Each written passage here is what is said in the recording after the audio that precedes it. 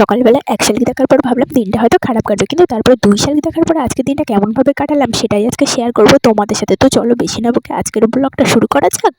আজকে সকালবেলা একটা শালিক দেখে আমার তো খুব রাগ হয়ে গেছে, মনে মনে ভাবছি আমাদের বাড়ি আসবি তা আসবি, একা কেন এসেছিস, আর একটা সঙ্গে কেউ তো সঙ্গে করে আনবি। তো আমি যেই মনে মনে রাগটা করেছি সেটা মানে পাখিটা বুঝতে পেরেছে। ঠিক তার কিছুক্ষণ বাদে দিকে দুটো পাখি এসেছে আবার।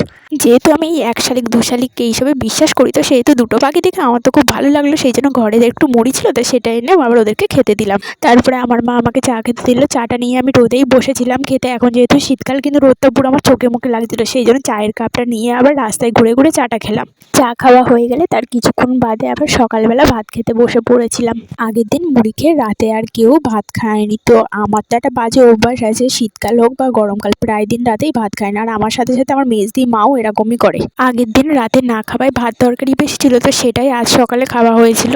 সকালবেলা খাওয়া হয়ে গেলে তারপরে বসে পড়েছিলাম দুধ গরম করতে। দুধ গরম করে রাখা হয়ে গেলে আমি কিছুক্ষণ ফোন দেখেছিলাম, আর তারপরে আমার মেজদির স্টুডেন্ট চলে এসেছিলো, মেজদি তো পড়াতে বসে পড়েছিল। তারপরে আমি এদিকে ওদিকে বসে টাইমটা কাটিয়েছিলাম। তারপরে দুপুরবেলা ভাত খাওয়ার টাইম হয়ে গেলে বসে পড়েছিলাম দুপুরবেলা ভাত খেতে। আর আজ আমাদের তিনজনেরই কী হয়েছে জানি না, কারোরই যেন ঠিক মতন খেতে ইচ্ছা হচ্ছিল, সেই জন্য মা বলেছিল আজ আর তাহলে কিছু রাঁধবো না, শুধু আলু সিদ্ধ ভাত করি। কিন্তু তারপরে আবার আলু ভাজা করেছিল, তাই আজকে দুপুরে আলু ভাজা দিয়েই ভাত খেয়েছিলাম। দুপুরবেলা খাওয়া দাওয়া হয়ে গেলে তারপরে মেজদি বসে পড়েছিল টিভি দেখতে। আর আমার টিভি দেখতে ভালো লাগছিল না, তাই দেখি বাড়িতে রকির একটা খাবার ছিল, তো খাবারটা তো রেখে দিলে নষ্ট হয়ে যাবে, সেই জন্য ওইটা নিয়ে বসে পড়েছিলাম খেতে। সন্ধেবেলা যেহেতু 2 প্যাকেট বিস্কুট দিয়েছিল, 1 প্যাকেট বিস্কুট মেজদি খেয়েছিল, 1 প্যাকেট বিস্কুট আমি খেয়েছিলাম।